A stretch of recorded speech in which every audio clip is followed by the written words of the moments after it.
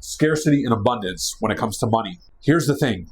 In order for money to have value, it has to be scarce. This is simply economics, right? There has to be some level of scarcity, which gives money its value. Money gains its value through scarcity. So if that's the case, if money operates as a resource that gains value through scarcity, how do you have or create or maintain an abundance mindset? And the reality is there's so much money out there. There's so much capital available, cash. And like we talked about in other videos, there's probably 10 times the amount of money available as debt. And money is debt. So it's a bit of a paradox. So if you understand from the Fed's perspective, there's unlimited money because they can continue printing it, right? That's what's causing inflation. Of course, there is a finite limit at some point, the money that's out there. The scarcity in the economic model where money is basically a resource that's available that exists as an exchange of value for the purchase of and management of assets and exchange of goods and services. Understand that when somebody or a person, an institution, an entity, whatever it is that has a large quantity of capital, if you notice, they're always doing something. They're always reinvesting. They're always working with that capital. They're always using it. Somebody in a scarcity mindset, the average person, they're not tapped into, the field of abundance, right? The field of abundance is basically just like you are attuning yourself to the abundance that's out there. Nature is naturally abundant. The world is naturally abundant. Life is naturally abundant.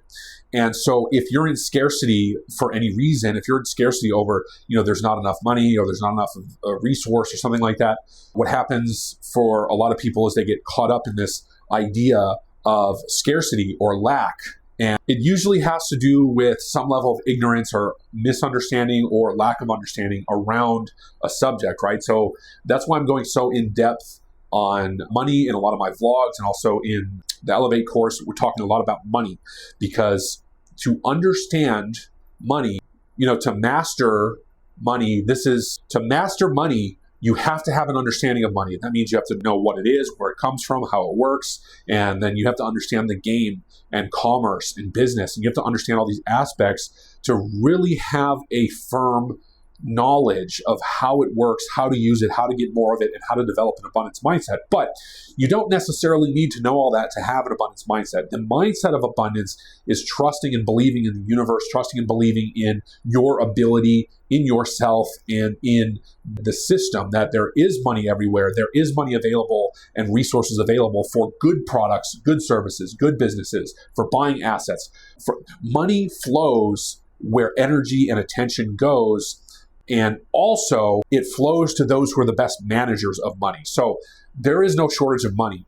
So getting out of the scarcity mindset requires you to look at and understand that, yes, there is rich and poor. There is a wealth gap. In fact, the wealth gap is actually a lot bigger than most people think. But if you understand that this is actually a good thing, which probably sounds crazy to a lot of people, especially to somebody who's in scarcity. It's almost like you're cursing at them to say that, but the wealth gap actually is a good thing, because that's how money has value. Because people who are extremely wealthy, or institutions or governments or entities that control large quantities of capital, they're using that money to invest in assets, infrastructure, projects, that money is going to work. That money is being put to work. And so, for an individual in the face of these large corporations or these large entities, for example, like, it's easy to just get caught in this scarcity mentality. But if you realize that, that system, the system of wealth building, the system that these, extreme capitalists or these high level organizations are operating under, it's the same system, and it requires people to operate at both levels, right? So if money requires abundance and scarcity, there's an abundance of money, but it requires scarcity on a mass level in order to have value. Well, now you understand that money is everywhere, and for individuals who are in scarcity, you just realize that there's something wrong that you're believing about money that's preventing you from taking the action to get it. Money is very easy to get and to operate if you are in good exchange. And whether that's through working a job or through a business or whatever your mode is of earning income, a truism that you might hear is your network is your net worth. Now, this is relatively true because, yes, who you know matters, and there's opportunity when you're around people who think differently and who are tapped in economically in a different sphere, right? So there is that. And then there is, it takes money to make money, right? Well, I mean, that's somewhat true. If you're talking about making like massive amounts of wealth, yes, it does take money because you have to have large amounts of capital to invest. But actually, there are ways, obviously, to make money without money, right? And that's where you have to look at, abundance is a function of who you are. It's a function of what you stand for, what vibration you're tapped into, and your work ethic as well as your creativity, because money follows creativity. If the problem with the scarcity mentality is that, somebody who's just chasing money, it's the only thing they think about. They're not thinking about how to creatively expand their business. They're not thinking about other things to be creative about that to actually get them out of scarcity. They're dialed in and zeroed in on money as a solution to all their problems. And the reality is, most of them, if you gave them a bunch of money, wouldn't know how to manage it and would probably just create more problems for themselves.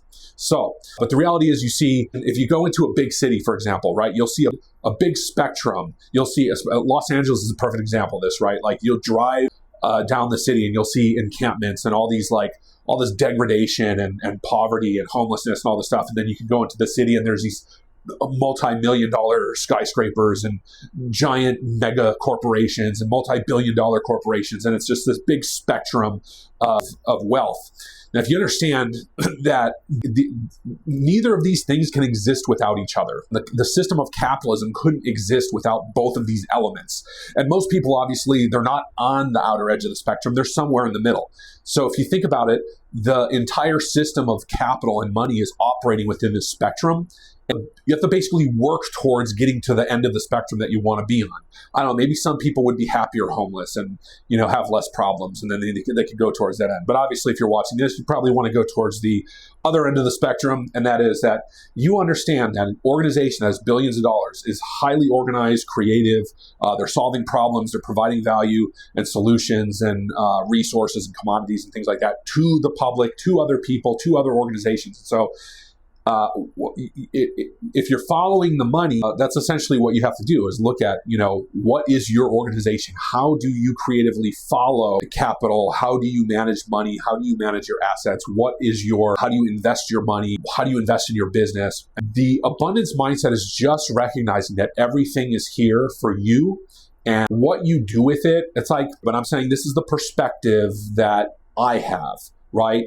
Everything on the planet exists because God created it, right? Now, what man created with the creation that God gave to man, we're not saying it's right or wrong or indifferent or better or worse or whatever. I'm just saying it exists, right? So the question is, what do you do with what you have?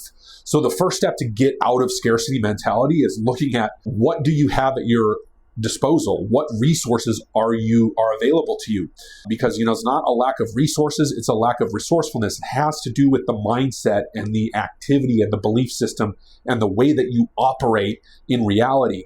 Because abundance is basically just assuming that right of, it's natural to understand that there are plenty of resources. The reality is, if you look at the cycle of life, the average lifespan of a human may be 70, 80, 90 years at most. And, so people spend many years acquiring wealth. There's family legacies that are passed on, lots of money that's passed on. Every, 50 to 80 years, that the wealth changes hands. Assets are sold. Of course, there's plenty of examples that this happens outside of the cycle of life, but this is just an example. 100 years from now, there's 7 billion people on the planet. And 100 years from now, none of them will be here. But in the future, those assets that exist today will, they'll be under control of maybe the same corporations, maybe different families, maybe different dynasties, maybe different individuals. That money is just there as a way to, to transact. It does exist to transact commercially, but it also really is a way to hold items that store value, such as real estate, gold, commodities, stocks, whatever, something like that, right? So if you look at it from the perspective of everything is here, and first of all, stop thinking that it's bad. Stop thinking, capitalism is bad and money is bad and greed is, they say greed is bad. It is bad. But that is something that has to do with an individual, right? That's not the system. The system isn't greedy. People are greedy, right? So if you separate what's good about the human condition from the system and realize the system is just there and that you're a part of it just the way that it's a part of you, then you become an active participant. So the first step in actually getting out of scarcity, like I said before, is becoming an active participant in the system in a way where in a way where it actually makes sense, right? So understand the system exists to your benefit. So that's probably the first biggest mindset shift I would make, is understanding that everything in the system regarding money and other systems for that matter really exists for our benefit. And if we can look at it that way and understand, we can use these things to our advantage, that will kind of get you out of the trap. It's a mind trap to think that rich people are bad, or that the way that things are is bad, or capitalism is bad, or whatever. Like, most people, that's just a false belief that's implanted to keep you broke. And so you break that hypnotism and start looking at and understanding what the people who are great that actually made things happen, that changed the world, like Henry Ford. People thought he was crazy for thinking that everyone in the world would own a car. But today, everyone in the world owns a car, right? But that's just an example of don't think the way that everyone thinks. And then you look at, when you have capital, when you have an abundance, when you have money, you have a certain obligation to serve society.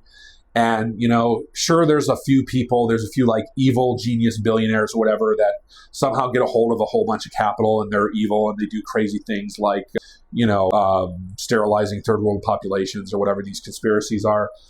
I'm not saying that's true, but, there's that old stereotype of the evil genius billionaire, right?